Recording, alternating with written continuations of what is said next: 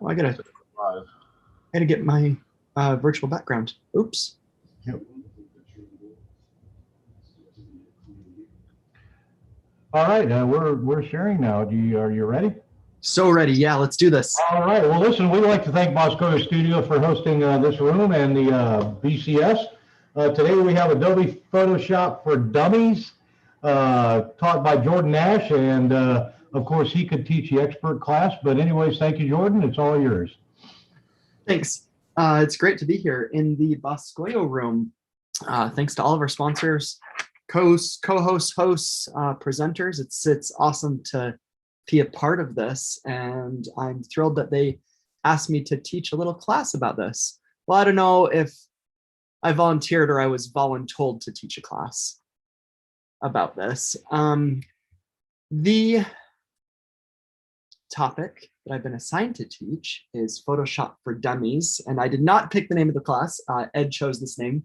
If it was up for me, I would have done the complete idiot's guide to Photoshop. Anyways, I'm in the right place. I know a few things about Photoshop, but by an expert, no, not even a long shot. I hope that you can learn something, and I hope that I can just plant a little bit of a seed of, hey, here's what's possible with Photoshop. Now go learn more. It would be impossible to go through the entire software in this very short amount of time. I'm assuming I have about 45, 50 minutes, or do I have the full hour? You have an hour, Jordan. Awesome. Okay, so well, here's my slides. I just have a few slides, and then most of this class is going to be a live demo of just kind of some tips and tricks of Photoshop. It's a industry proven leader. I mean, this software, you can do so much. It's not just like graphic art and creating things, but you can also like take actual photos, manipulate them, select different things, do different things. So these, yeah, just a whole list of things that we're going to cover in this class. And then depending on the time that we have, we'll do some more advanced features like vector and blending modes, filters, things like that. So a quick bit about me. And while we watch this, I'm gonna have you watch a video of my house. This is now like 3, maybe even 4 years old. Another hobby that I like to do is a little bit of projection stuff. Now, it's surprising how much photo manipulation you have to know to use it in a software like After Effects or some kind of a visual graphic manipulation software, or even, yeah, just in video. So there's a ton of this video that you're watching right now that you start in Photoshop, make all of your images, and then import them into an animation software. Likewise, if there's any Xlights users out there, I'll refer back to Xlights quite a few times. Having Photoshop as a backbone of Xlights and manipulating photos, removing backgrounds, selecting different things, arranging different layers is huge. It's awesome to be able to do that and then import those files into Xlights. It just makes things so much easier. I live in Salt Lake City right now. I have 2 little boys. I have my degree in film, which I do a little bit with now. And again, it's amazing how much Photoshop you use in film. I work for a company called Wonder Entertainment, and that's a fairly new development. And we do drive-through shows and just events. We're an events company. So this last year we did 6 drive-through shows, and this year we're looking to do a whole bunch more. So yeah, Photoshop can be used in projection mapping. It can be used in any kind of social media, photo editing, photo manipulation, other kinds of advertisements, billboards, things like that.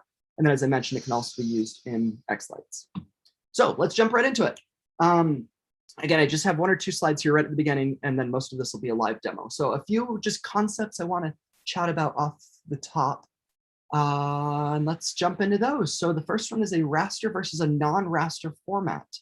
A raster means that it's pixel-based. Wait, I might be wrong on that. I think I have them flipped around. Yes. Okay, a raster is pixel-based, and a non-raster is vector-based. And there's a huge difference between them. Non-raster formats are usually, the file types are much smaller, And because they're vector-based, meaning that each shape has a line around it or a curve or something like that. And because it's vector-based, you can infinitely scale it.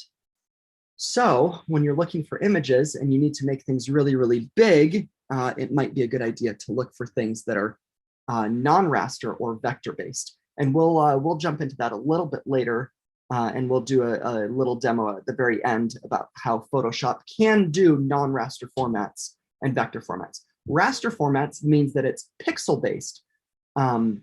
So a type of a file that is pixel-based would be like a JPEG or a PNG. Some of these might sound familiar. And if you noticed on like a JPEG file, if you start zooming in on it, it gets really pixely and distorted and you can't really tell what's what. So that's the difference between the two. I hope that I explained that okay. Different file types that support transparency. We will go into transparency a little bit, and Xlights can actually use files like a PNG. A PNG type file has transparency in it, which means that you can have a transparent background that you can put effects behind. The difference between that is that there's some file types like a JPEG that you would have a solid white or a solid black background. And Xlights does have some tools that you can take that out. In fact, PowerPoint has some tools that you can remove the background. But Photoshop really has a really robust way to remove those white or black backgrounds to get you that transparent layer so you can do cool effects behind it. Next thing is CMYK versus RGB color space. Again, this might sound a little bit familiar. CMYK is usually used for print, and that's your cyan, magenta, yellow, and K stands for black. And then there's our standard RGB color space. I mostly always use RGB, and the brilliant thing about Photoshop is you can convert the color space between the two pretty easily. Again, not getting into too much detail about color spaces, but just be aware that there is different things that you could download a image that is CMYK and would have to convert that to RGB. Working files versus image files. What's the best way to explain this? A working file is a file that you can go in that has all of your layers, all of your effects, all of your edits, and you can save that and then open up that file again and have all those edits saved. An image file is a rendered file that's a single image that you can open up, but it discards all the editing information. Once you save out of Photoshop as a JPEG, you can no longer bring that JPEG and then edit it and break down the layers and move things around. I hope that that makes sense. A similar analogy would be in Xlights. XSQ, formerly an XML file, that's your working file in Xlights. And then once you save out an FSEQ file, that would be the comparison of like a JPEG. You can't take an FSEQ file, bring it back into Xlights and expect all of your layers and effects to be there. I hope that that analogy makes sense. Okay, so this is kind of the format that we're going to go through. We got lots of time. Awesome. Let's look at how we get Photoshop, the different panels, workspaces, different tools that you have, how to import images, how to organize layers and folders and naming conventions. We'll look at how to transform different layers and move them around and kind of compile a montage image. And inside of that, we'll work with text tools and we'll make some fun stuff there. We'll look at selection tools, how to select around things and isolate different pieces of different photos and put them onto different backgrounds. And with that, working with transparency, as soon as you select something and delete the background, it then has a transparent element to that layer. And then time permitting, we'll go into blending options and layer styles, and you can do all kinds of fun stuff there. And then lastly, we'll run into vector tools. So let's jump in. Oh, whoops, that's not what I wanted.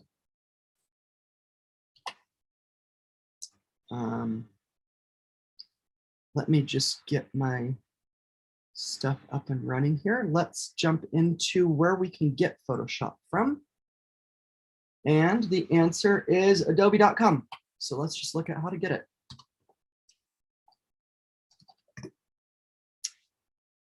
I will be using a lot of keystroke shortcuts here. So in the bottom left, you'll see the keystrokes whenever I type on my keyboard. That'll help you out a little bit. There's a whole bunch of different options here that we can get. The one that I use is the Creative Cloud. Yes, it is expensive. There are other options out there. In fact, let's jump into that right now. The other options aside from Photoshop, and there's a bunch of them. I'm not going to name them all. One is Piskel, and Mr. Carpenter did a great excellent existential presentation on using Piskel. And you can go to videos.xlights.org and type in Piskel in the search bar and watch that tutorial. Another common one, I would compare this to like Audacity, open source, a little bit cumbersome, a little bit quirky, has some similar tools. You know, again, it's open source, so it keeps getting improvements. That's the general layout. That's what it looks like. So GIMP, G-I-M-P, that is another option of a free software. But it's kind of the trade-off between functionality and cost. If you want something that's really functional that can do whatever you need it to do, there is a cost associated with it. So taking that with a grain of salt, let's look at the different options. Here is the Photoshop. So I just went to adobe.com. They do have a service called the Creative Cloud, and that's what I subscribe to. And that gives you all the softwares that they have, which is like what, 30 or so something softwares. If you do any web development, any user experience, it comes with Illustrator, InDesign. InDesign is like a publishing software. Premiere, After Effects, their version of Audacity, which is called Audition, a very professional audio editing. I use this Creative Cloud, this suite of softwares for many things, so it makes sense for me to justify the cost to pay for the entire Creative Cloud for yearly. I do a yearly subscription to them. If you just have a month of stuff that you want to do, you can click free trial and they'll give you a month of a free trial, or you can click buy now. And let's look at pricing for this. It gives you students and teachers or teams or schools. So I'm an individual. And that is the cost. I can do a photography plan at $9.99, which gives me 20 gigabytes of cloud storage, or I can just pay the $20 a month. That's a little bit, I get it.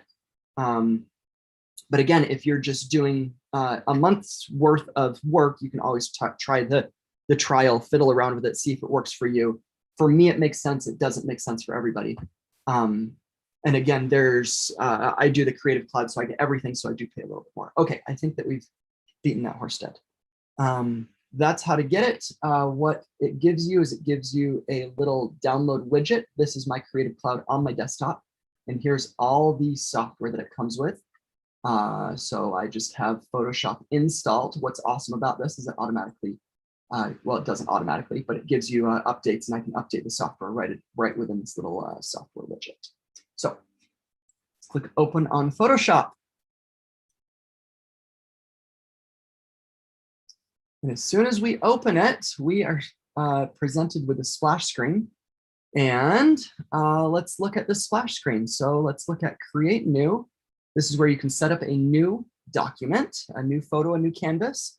You can set your pixel dimensions, width and height, and your resolution.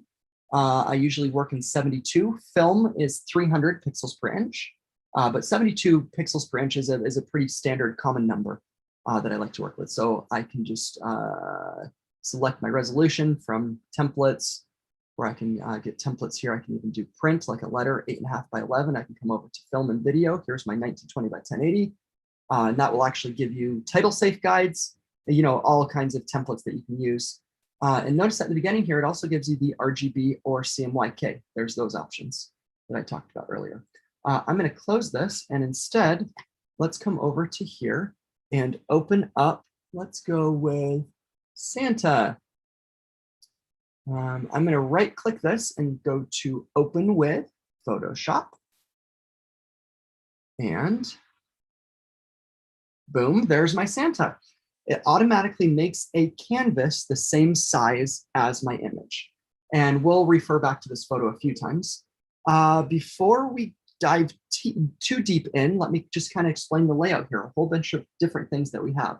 On the top here, we have different tabs that show up as I have different documents open.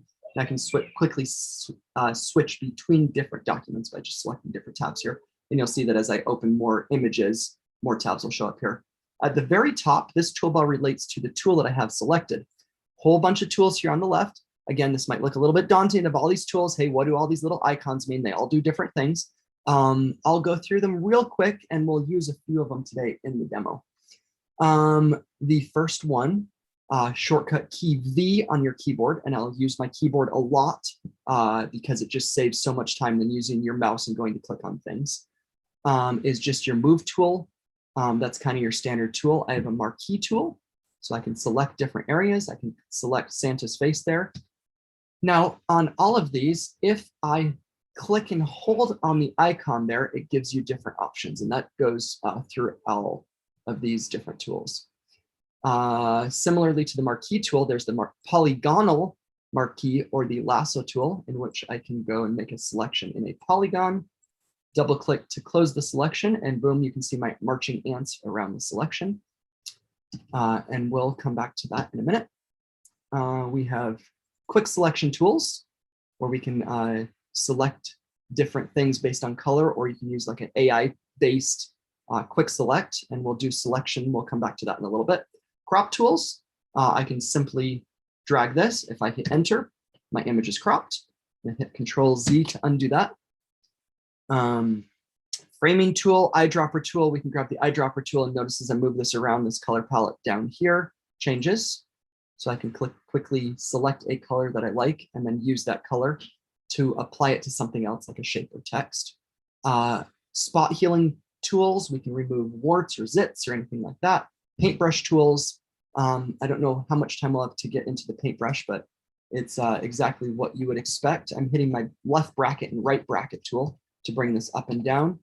And we have all kinds of different brushes that we can use. Oh, and then you can select your hardness or your feather on the outside of it and your size. And it's exactly what you would think. I can draw fun things. Okay, clone stamp tool. This is how I can remove blemishes. I won't get too much into that. History brush, eraser tool, paint bucket. Then we have smudges, burn or dodge tools to make things lighter or darker, and then some vector tools like pen, text, and arrow. We can select vectors and move them around. This is a shape tool. Again, if I select down on this, we can do different kinds of custom shapes like an elephant. That is a vector elephant, and we'll come back to vectors here a little bit later. That's our basic toolbar, and then down here at the bottom, we have two colors, and I can click the little black and white icon to select it to reset rather this color palette, these two to black and white. Again, I've not been professionally trained on the software, so I'm not sure if I'm using the right terminology for any of these things, so bear with me on that.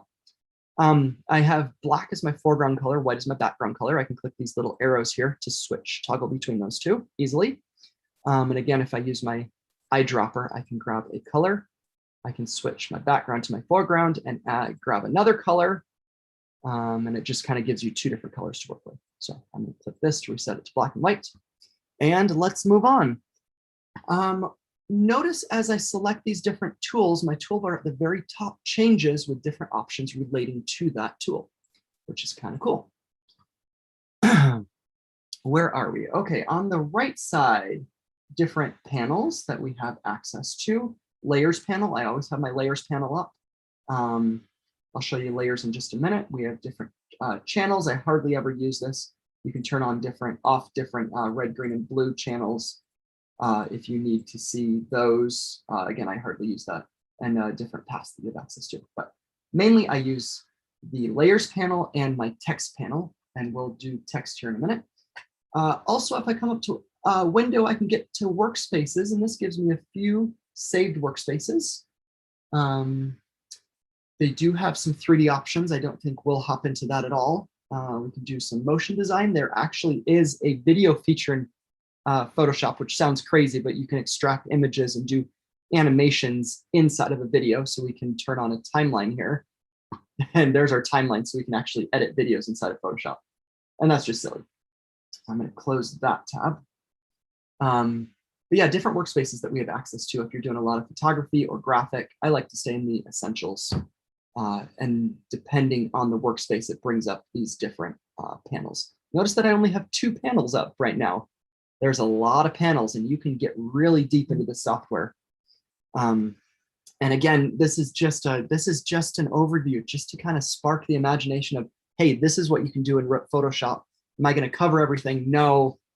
The good thing about this software is it's easy to find tutorials. It's easy to find help. Go to Google, go to YouTube, Photoshop, how do I do this? And I guarantee you'll find 50 different ways to do it. And I'm showing you just one way of many.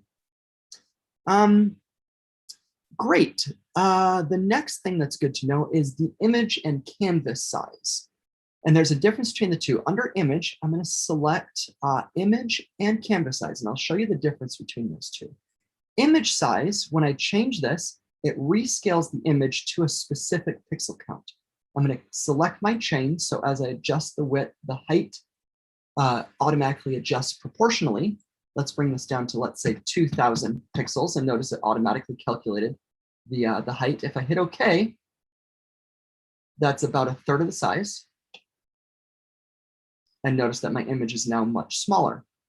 This is handy when you have to get smaller file sizes, or when your upload requires you to have a specific size. You can size it that way. You can also make the image larger using image size. Now, canvas size is the canvas that the image sits on. So watch what happens when I adjust, the width of the canvas size. Let's do 2,000. And I'm going to get an error saying that my canvas is now smaller than my image. Do I want to crop it? Let's see if we get that error. Yes. And I'm going to hit proceed. Notice the difference now. It adjusted the canvas behind it. Now the image is still 6,000 pixels, but the canvas is only 2,000 pixels wide, so it cropped my canvas.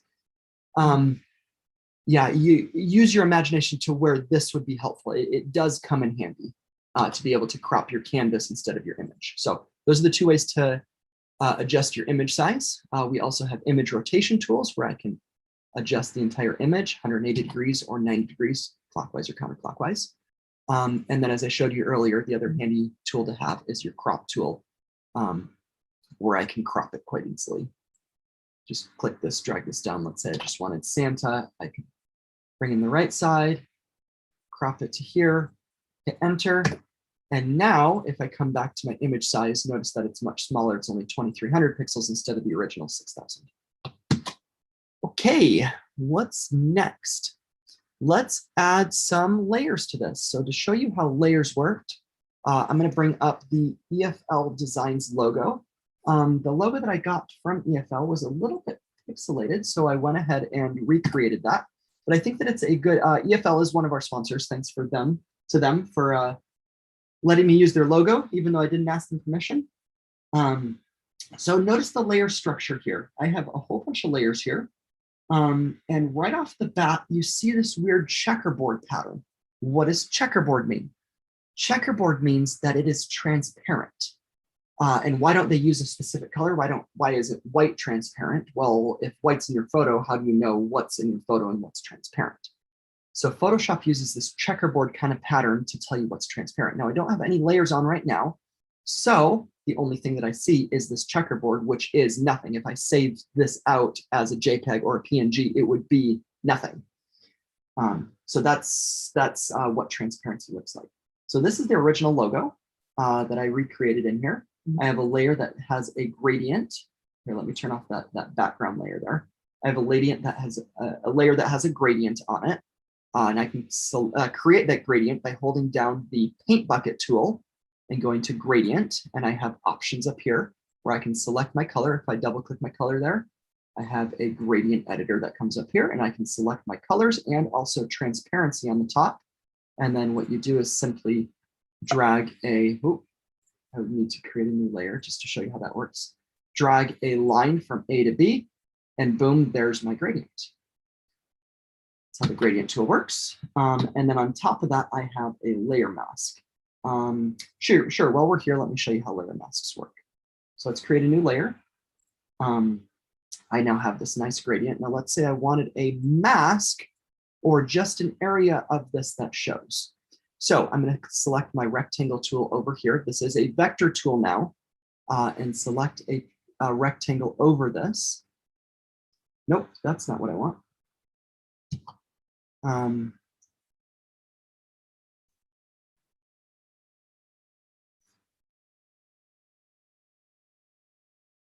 Give me just a second. Okay, what I need to do is select this little button down here. See where I'm at, right down here. Oh, right there. And that adds a layer mask to this layer. So I'm going to select that. I notice that I now have a white mask that is chained to this layer. Now on top of the white mask, I'm now going to grab a rectangle. Nope, that didn't work. Uh-oh, what am I doing wrong here? Shape, path, and mask. There we go. Now I got it. Okay, now I have two masks on here, and that looks a little bit silly, so I'm going to delete that. I want to delete it. There we go. Okay, now I have a mask tool. Did you all see how I did that? Up here, I selected path, and then as I drug my rectangle out, it applied that path or mask to this layer. Okay, so that's essentially what I did to this layer right here. Is I just have a circle mask, and I use my circle tool right here, ellipse rather.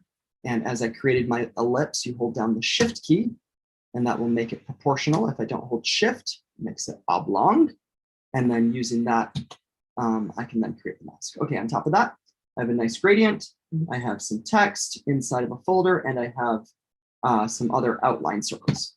Inside of my text folder, I have a text using a font, again with a mask on it to get my holes. And then I have an E, F, and L, again with, well, not with masks this time, but rather I use a different mask to subtract the holes from there. Not going to get too far into that. This was just to show you how I can put images into folders. The good thing about folders is I can take the entire folder, drag it down to this little plus arrow right here, drop it on that plus arrow, and it duplicates that. So now I have a text copy. I can then transform that layer to move it around. So folders definitely come in handy. While we're here, let me also show you how to rename layers. It's super handy to have the ability or option to be able to rename layers to keep things organized. So if I selected a layer and I double click on it, notice it's highlighted now, and I can rename it to big white circle. There we go. And that's a great way to keep your layers organized. Another thing to note about this is that layers that are on the bottom show up underneath layers that are on the top. So if I grab my red layer here, my red circle, bring it to the top, it's now going to show up over those text layers, versus if I bring it to the bottom, it shows up underneath them. So that's how you can reorganize layers. Let's move on. I'm going to come back to my Santa here, and let me show you how to combine images and kind of move things around with the transform tool. Let's grab our VCS logo, which is right here. I'm just going to click and drag it right onto my canvas from my File Explorer. And I have this little blue box around it with a blue X. So it's telling me, hey, I'm in transform mode. I can grab any of these little points and bring it around. Now notice that it kind of scales disproportionately. Again, holding the shift key will make it proportional. And I'm simply scaling it. I can click in the middle, drag it around. Let's fit it right about there. I think that looks great. I hit enter to apply the transformation. Now let's say I want to transform that again. Over here in my layers tab, I select that layer, and then my shortcut key is Command T. You can also come up to, where is it? Transform, I don't know where it is. There it is, edit, transform. Edit, transform, and then you have different transform options, but on your keyboard, if you just hold Control T, it will give you this blue box again. We can shift it and hold it. I can also push Control, grab just a point and make it all askew. Oh, so many cool things we can do. Okay, I'm going to hit escape on that. That is how we can add different layers to this and kind of create a cool montage. Next thing, let's look at some text tools. So I'm going to click my T, or I can push T on my keyboard. And like importing a model into X-Slides, I'm going to drag a text box, and let's type in, it gives me some dummy text here.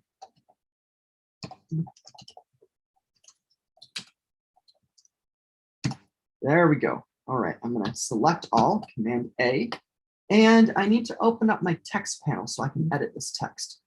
With the T tool selected up here on the top toolbar, I have this little icon here, which is a shortcut to open those windows. Notice that I can also get to it from there, or I can come up to Window and open up Character, which is now checked because I see it. This panel gives me a whole bunch of tools that I can use to manipulate this text. The first one is my size. I'm going to bring that down a little bit. To do that, I can scroll down here. I can type in a number, or I can click on this T, and while holding my left mouse button, I'm just going to drag left and right to make it all fit inside the box. I think that looks great. Let's now center it. I'm going to drag my bounding box to the sides. That looks centered. In the paragraph tab here, I can make it left, center, or right justified. I like left justified.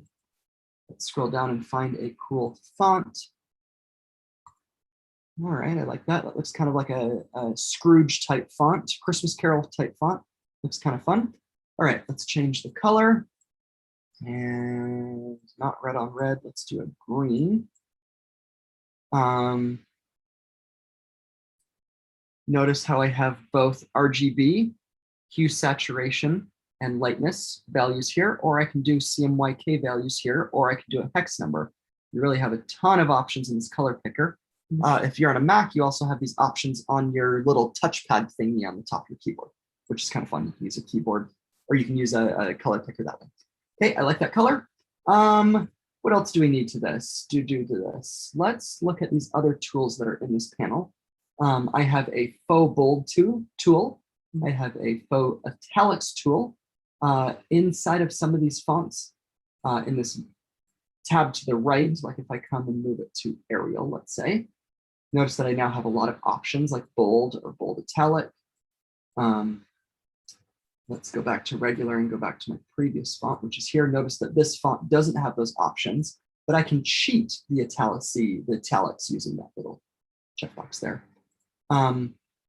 This little button, the two T's there, make it all caps. You can do subscripts, superscripts, underline, strike through, all things like that. The next options I want to show you this, and here are my line spacing. Again, I'm going to click and drag left and right, and notice what that does. Makes different spacing. My tracking, this is the amount of space between characters, so it's like putting a extra space between them, and that's not to be confused with my scale width, which is underneath it, which makes the letters fatter. So a trick that I have is if you have too much text that you need to squeeze down, you don't want to make the text skinnier because that looks kind of silly. Rather, you can I guess you can make the text skinnier and then adjust the tracking a little bit. So make the text skinnier and then add some space between it so it's still kind of legible. Great. Well, let's jump into layer styles. I want to put a nice gradient on this text here.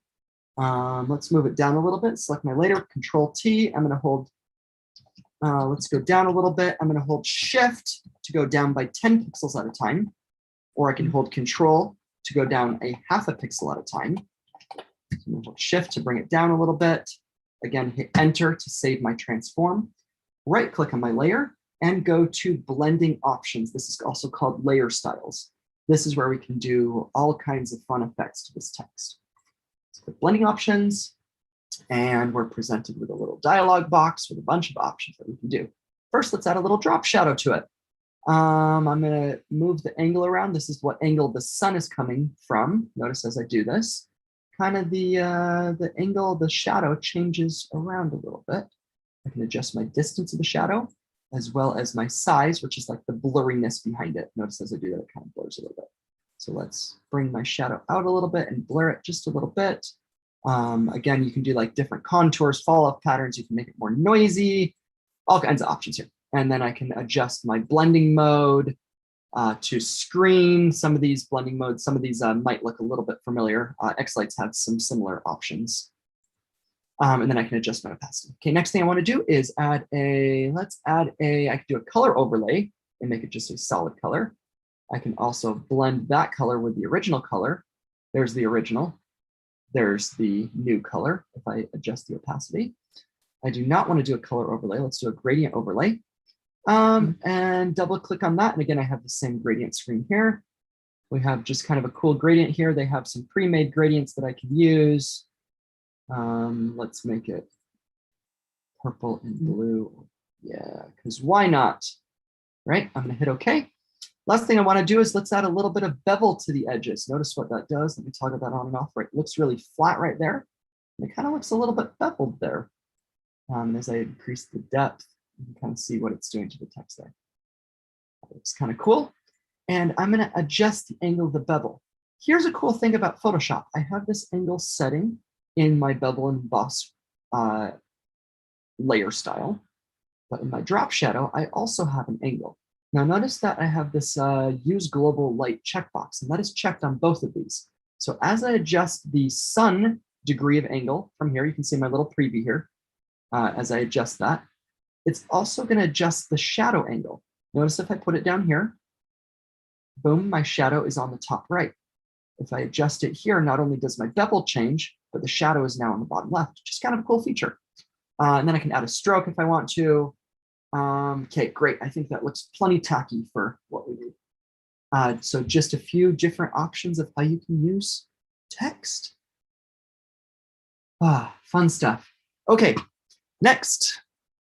We're booking along. Again, so much to cover. There's no way that we could possibly cover every nuance in these different options in the short class. Looks like we got about 20 minutes left. Let's look at selection tools. How to select an image, make the background transparent, and apply it to a different image. Let's grab Mr. or Mrs. leg lamp, I guess. And I want to remove the white background behind this. This is not a transparent background. Let's say I want to use this leg lamp on my P10 panel, because why not? Great. This is right now, when I opened it up, it becomes a background layer. Okay. I want to move it from a background layer because I cannot edit background layers, and that's just a thing that Photoshop does, into a normal layer. So I'm going to click it and drag it down into my duplicate. We saw that a minute ago. Click it and drag it into that little plus, let go, and it made me a background copy. And hit enter, or double click, rename this layer. Okay. Empty. Oh, this is fun. Okay, now let's remove the background. I'm going to use this quick select tool. Nope, let's use Magic Wand tool. I'll get back to that tool in a second. Magic Wand selects by color. We have a few different options up here. How big the sample size is that it's sampling. I'm just going to do a point sample. The tolerance, if I set this to like 1 pixel, it's not going to get everything. And notice that just some JPEG artifacts, there's just a little bit of yellow inside here, so it doesn't select that. Now, if I come and select, let's say 15% tolerance and select it, oh, notice it gives me a much cleaner line around it. I think that looks pretty good. I'm holding the space bar to get my little hand to move around. And then I'm using my scroll wheel. I'm holding alternate and using my mouse scroll wheel to zoom in and out. So that's how I'm moving around my canvas. Alternate scroll in, alternate scroll out. And I'm constantly coming in, out, moving around to edit this image. One thing that I noticed is it selected a little bit of stuff inside of here, and we don't want that. So there's a few ways around that.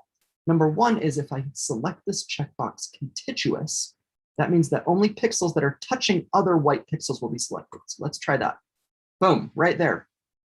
It got rid of all those little artifacts in there. Now, when we delete this, we're still going to have a little bit of white behind there, but that's okay. Let's do because I didn't select that contiguous, it didn't select this little white piece because that wasn't connected to the outer white piece. So holding the shift button, notice that I have a little white, little plus show up there on my icon. I'm going to shift click inside of here, and it's selected that little side, that little bit inside of the shoe. Okay. One more thing that I'm going to do before I delete the background. If I'm going to duplicate this layer just so I can show you the difference, I'm going to remove that layer so I don't see it. And I'm going to remove my background layer and select this layer and just go ahead and hit delete. Next, I'm going to make a new layer, bring that layer behind there. Let's label this black and make sure that my black is available, and grab my paint bucket tool and paint my background black. Notice that that's on a different layer there. Oh, I had a selection. So I'm going to undo that. I'm going to hold Control D to deselect. I can also come up to select and select deselect to deselect it. Okay, now I'm going to paint it black. Following me so far? I know this is a lot. And now I have a black layer behind it. So I have two different layers. And the reason I wanted the black layer behind it is so I could see these little light artifacts. Okay. So I don't really like those because if the final image that I'm putting this leg on top of is a dark color, you're going to totally see these little white artifacts. So that's why I duplicated this other layer. Let's grab this layer and select that again. Now what I'm going to do to kind of refine that little white edge there is come up to select and modify. And because my selection is inside of here, I'm going to contract the selection. So make it a little bit smaller by just 1 pixel. Great. And then go to select, and I'm going to feather the edge by just 1 pixel. Okay, now I'm going to invert my selection because I don't want to delete the leg, I want to delete the background. And come to select inverse, or the keystroke is Command-Shift-I. Command-Shift-I, great. Now notice that the marching ants go around the outside of the image, showing that the white is now selected. See the difference there? There's the lamp, there's the outside. There's the lamp, there's the outside. We'll do it once more. The lamp is selected, the outside is selected. So I have the marching ants are on the outside. Hope that makes sense. And then I'm going to hit select that layer. Now that I have it feathered and contracted, hit delete. Then I'm going to hit Control D to deselect. And it looks quite a bit better. Next thing that I want to do to refine the selection even more is to come to layer, come down to matting and remove white matte. Great. And see what that did, because it just refined the edge just a little bit more. Okay, I'm going to delete my black background. Oh, let me toggle back and forth between the two. So this is where we didn't contract and feather. And this one is where we did contract and feather. And again, you can come in here and clean these little parts up a little bit. Just so there. And then when I'm done, let's just have my regular leg lamp. I'm going to hide all those other layers. Let's do a file export. This is how to export layers, not file export, rather file save as. And inside of this window, we have all different kinds of options. Let's save it as a PNG because PNG supports a transparent background, which is what we want. And I'm going to save it to my images folder.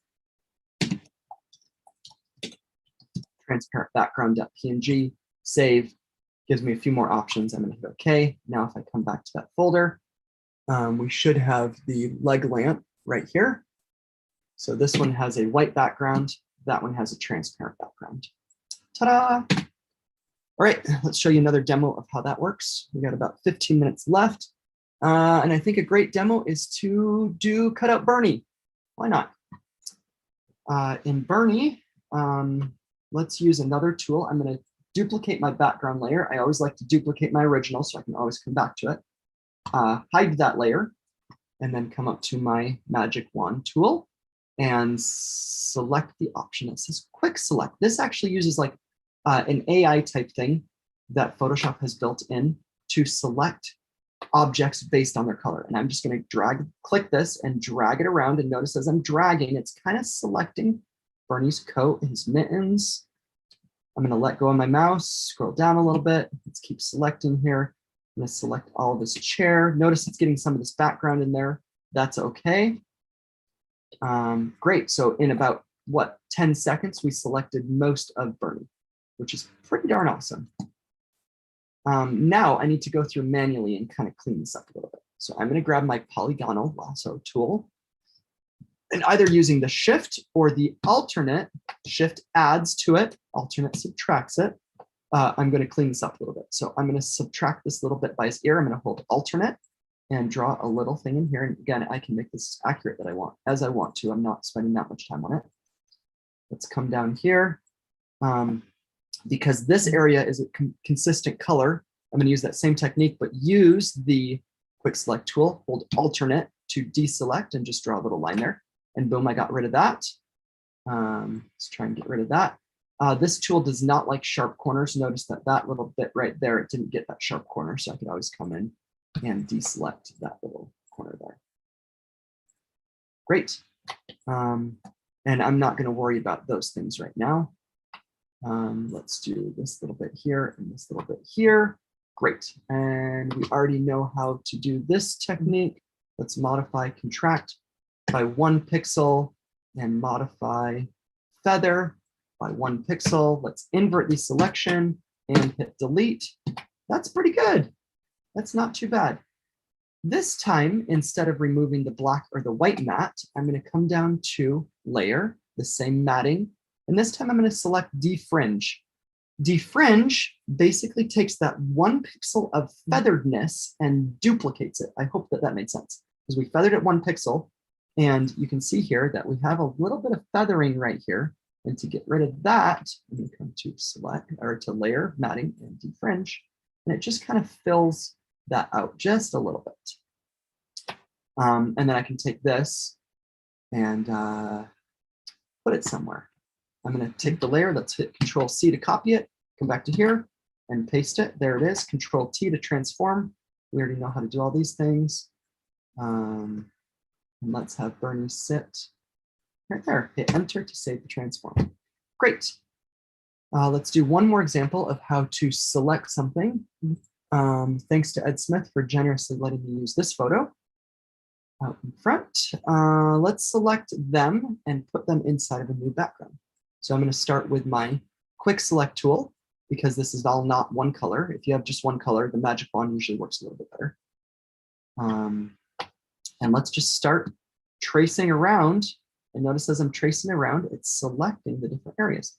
Notice up here in the greens, it's a little bit tricky. It's hard to differentiate the intelligence that Photoshop has between what's Ed's hair and what's the background. So let's just keep coming down here.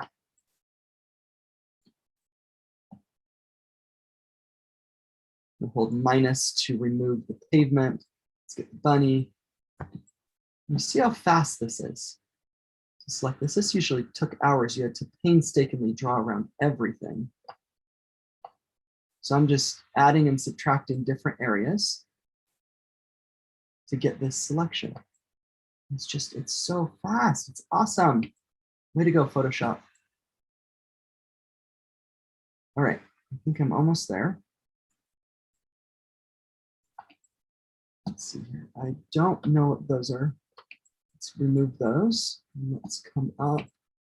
Just make sure that we're all good. I think that around Ed's head, we had to clean it up a little bit. Hold alternate to deselect this little area.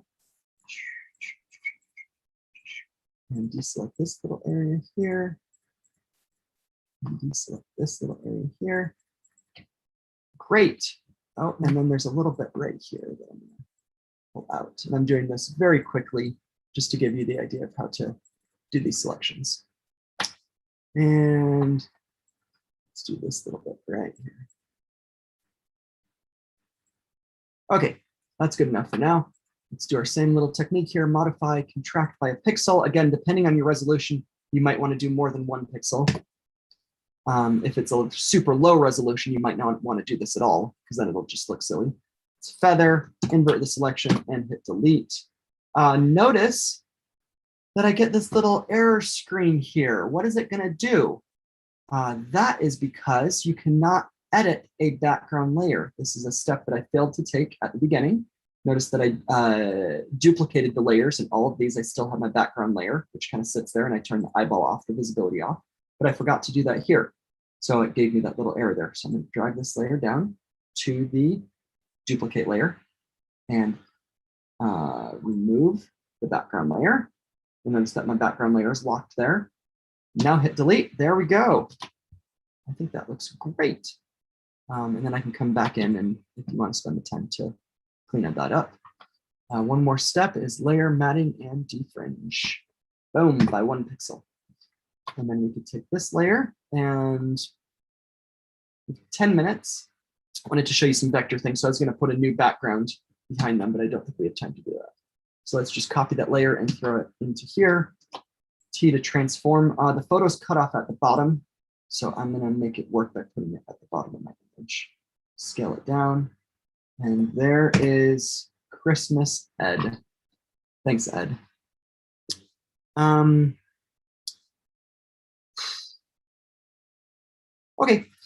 next, let's look at Ray Wu's logo. Ray, thank you so much for sponsoring our mini.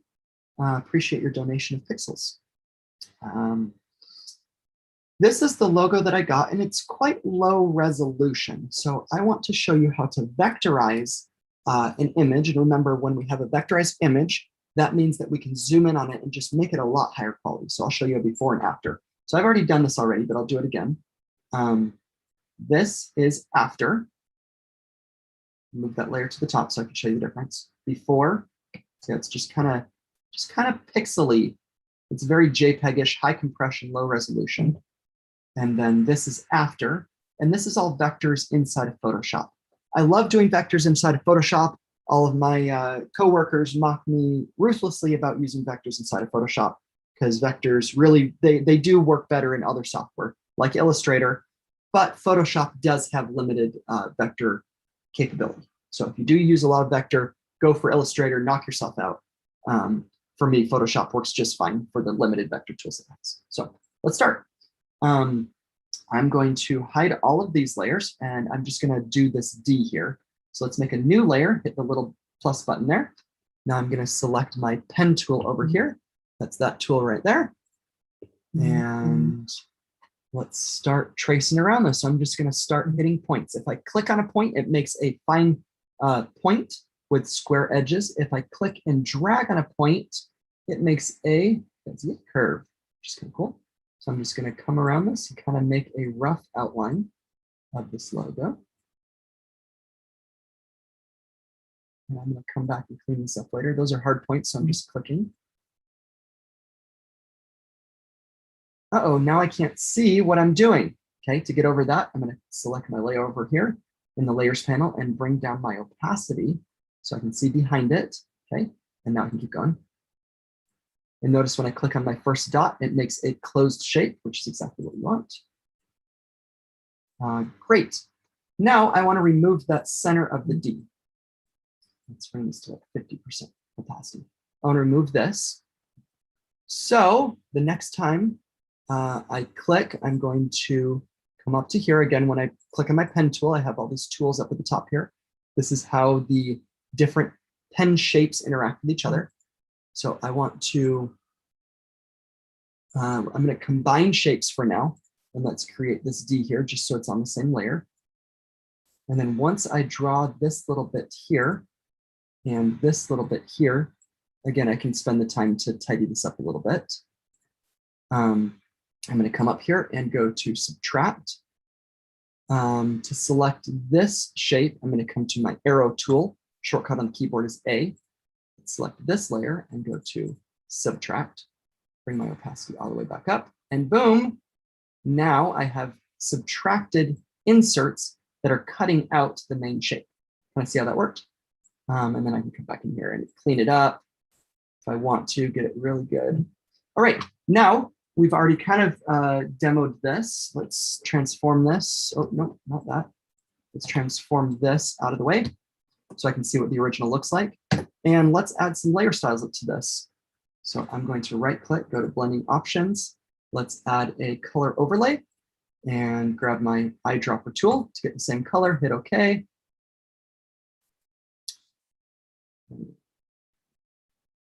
That's interesting. Huh. Well, I don't know why my color overlay didn't work. Anyways, it looks like it has just a little bit of a bevel on it. So maybe about, let's make my size just a little bit, maybe about that much. It looks like it has a stroke on it. Turn my stroke on and make that white. Maybe about there, and it also looks like it has a bit of a drop shadow. So again, I'm just trying to match what Ray has in his logo. And it looks like the sun's coming from down there. Let's make the distance a little bit bigger. And feather it out a little bit. There we go. And now that that's there, I'm going to select the layer, hit Control T to transform it, bring it over, hit Enter, and we just made a D. So there's before, there's after. So ultimately, you can come and create a logo that looks like that. All right, we got 5 minutes left. Wow, that went so fast. I wanted to dive into this a little bit more, how I made that logo. We kind of did that at the beginning. With our last 5 minutes, I think I will open it up to questions. So feel free to unmute yourself. Just take 2 or 3 questions, and then we'll be done.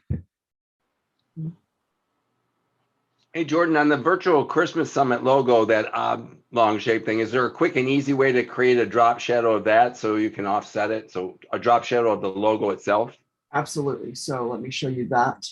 Let me right click on that layer, go to blending options, and select drop shadow here. And there it is, drop shadow right behind that. And I can adjust those. That's so much easier than the way it used to be years and years ago. Cool, thanks. What's good about all these layer styles is all these layer styles directly import into After Effects. So if I save this file out as a PSD, save as PSD is again our working file, not our JPEG, into images. Now, if I close this and come back and open up my Santa, which I just saved, there it is. Notice I have a Santa.jpg, which is just an image. It doesn't have any layer information. Then I have the Santa.psd. PSD is Photoshop's file extension. And this now has all my working, and I can come see all my layers and my folders and my effects and stuff. Okay, one more question. Oh, thank you very much, Jordan. Appreciate it. I had a great time doing this. Best of luck. That was so just top of the line. Again, self-taught, so all my terminology, I guarantee you, is completely wrong. If you want to keep looking into this, look at getting the free trial. If you're really looking to get into it, I promise the paid subscription is worth it. I use Photoshop every day. People are always pinging me to do this or that. So yeah, best of luck. Thank you, guys. Well, thank you very much, Jordan. By the way, everybody, Jordan is responsible for most of the art that we have on our site for the virtual Christmas Summit and all the videos you'll see. So although he's self-taught, he probably needs to teach him a thing or two. But thank you very much, sir.